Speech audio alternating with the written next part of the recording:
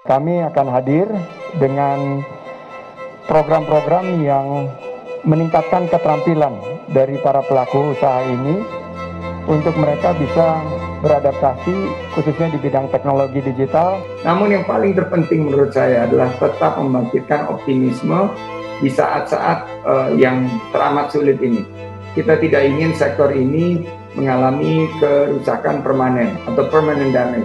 Oleh karena itu langkah-langkah extraordinary, langkah-langkah inovatif, langkah-langkah adaptif dan kolaborasi harus kita lakukan di saat-saat sekarang. Begitu kami membuka diri bahwa kami memasak, akhirnya setiap hari ada saja yang mengirim bahan mentah. Bisa mengirim sembako berupa beras, telur, bumbu-bumbu, kadang-kadang ada yang mengirim pisang, pepaya gitu. Nah, bagian distribusi itu ada kelompok yang lain lagi. Jadi kami kerjasama dengan benihbait.com. Mereka menggalang dana dan kami memproduksi pilsit untuk dibagikan ke para pedagang di sekitar sini. Seperti kita lihat, pariwisata era baru adalah pariwisata yang clean, pariwisata bersih, pariwisata yang healthy, yang sehat, yang aman, safety, dan environmental sustainability.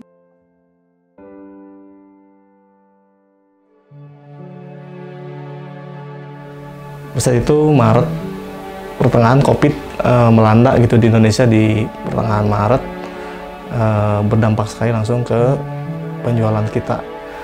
Pun turunnya bisa sampai 90% gitu ya, pas COVID muncul. Jadi mungkin kalau bisa dibayangkan gitu ya, sampai pada saat itu sekitar satu hari tuh cuman keluar 1 sampai 10 produk gitu. Nah, cuman bagaimana caranya kita bisa keluar gitu dari zona ini, dobrak gitu si kondisi ini.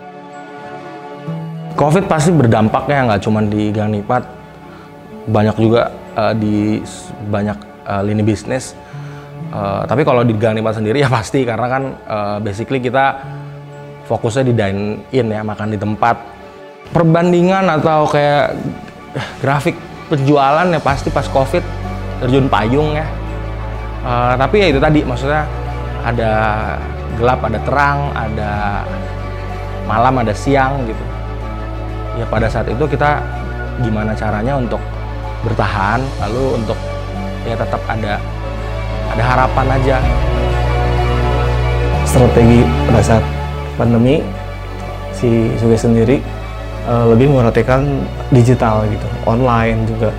Jadi kita coba lebih luaskan lagi gitu, di online-nya lebih digencarkan lagi. Salah satunya kita mulai coba iklan ads di Facebook gitu, juga marketplace gitu. Kita gimana caranya gitu orang yang biasa beli di offline gitu di toko kita, jadi belinya cukup dengan online gitu. Bahkan kita gratiskan ongkir ke seluruh Indonesia pada saat itu. Salah satu hal yang paling signifikan dari pandemi adalah pandemi mengubah cara kita berkomunikasi, mengubah cara kita berinteraksi. Sehingga salah satu hal yang paling signifikan dalam konteks adaptasi pelaku usaha pariwisata dan ekonomi kreatif adalah bagaimana mereka bisa mendelivery dan bagaimana mereka bisa menyampaikan produknya. Dan dalam konteks itu sebenarnya digitalisasi dan kemudian teknologi internet, termasuk juga bagaimana pemasaran digital itu sudah dikampanyekan oleh Kementerian Pariwisata dan Ekonomi Kreatif, dites pada saat pandemi. Sebenarnya kita agak terlambat sih untuk kayak respon si COVID ini. Cuman ya itu tadi, nggak ada yang namanya terlambat, dan juga ya harusnya ya pelan-pelan kita perbaikin lah secara sosial media juga. Kayak pada saat itu kita kayak bikin konten-konten itu tadi Frozen, terus kayak ada namanya Win-Win Solupit, adalah dia bikin kayak kita bikin package beberapa menu kita yang favorit, kita kemas tapi siap makan gitu loh, untuk kayak keluarga kecil di rumah, untuk ya nggak usah masak atau kayak gimana. Selain strategi kita tadi untuk menggratiskan ongkir ke seluruh Indonesia, kita di sini bersama teman-teman Gudang Selatan membuat sebuah aktivasi gitu di Gudang Selatan ini, agar gimana caranya customer masih datang ke sini tapi tetap aman gitu. Waktu itu hampir mungkin 20 brand gitu yang menginisiasi ini.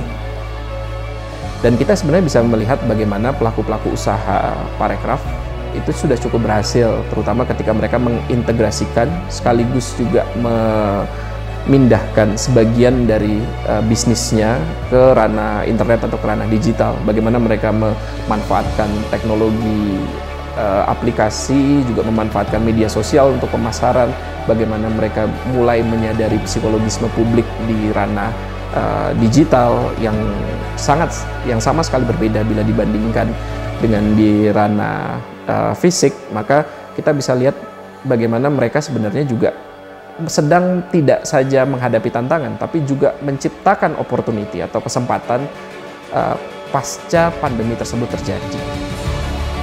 Di bidang kesehatan ini mereka mempunyai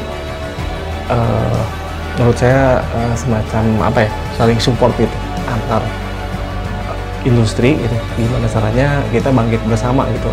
Orang Bandung gitu yang bilang oleh mungkin kota-kota lain kreatif gitu. Nah, ini kayak ajang membuktikan ya bahwa pada saat kondisi apapun kita bisa bangkit gitu kalau berkolaborasi gitu. Sebenarnya jangan menyerah aja, bertahan, dan juga kadang kalau kita menyerah di awal ya justru nggak akan jadi gitu. Tapi kalau kita coba untuk jaga ritme ayo kita bisa untuk ngadepin ini, ya pasti nanti dibuka jalannya sih. Yang pasti sih enaknya berbarengan dengan beberapa pihak atau kayak bekerja sama gimana caranya untuk bisa menghadapi situasi ini gitu.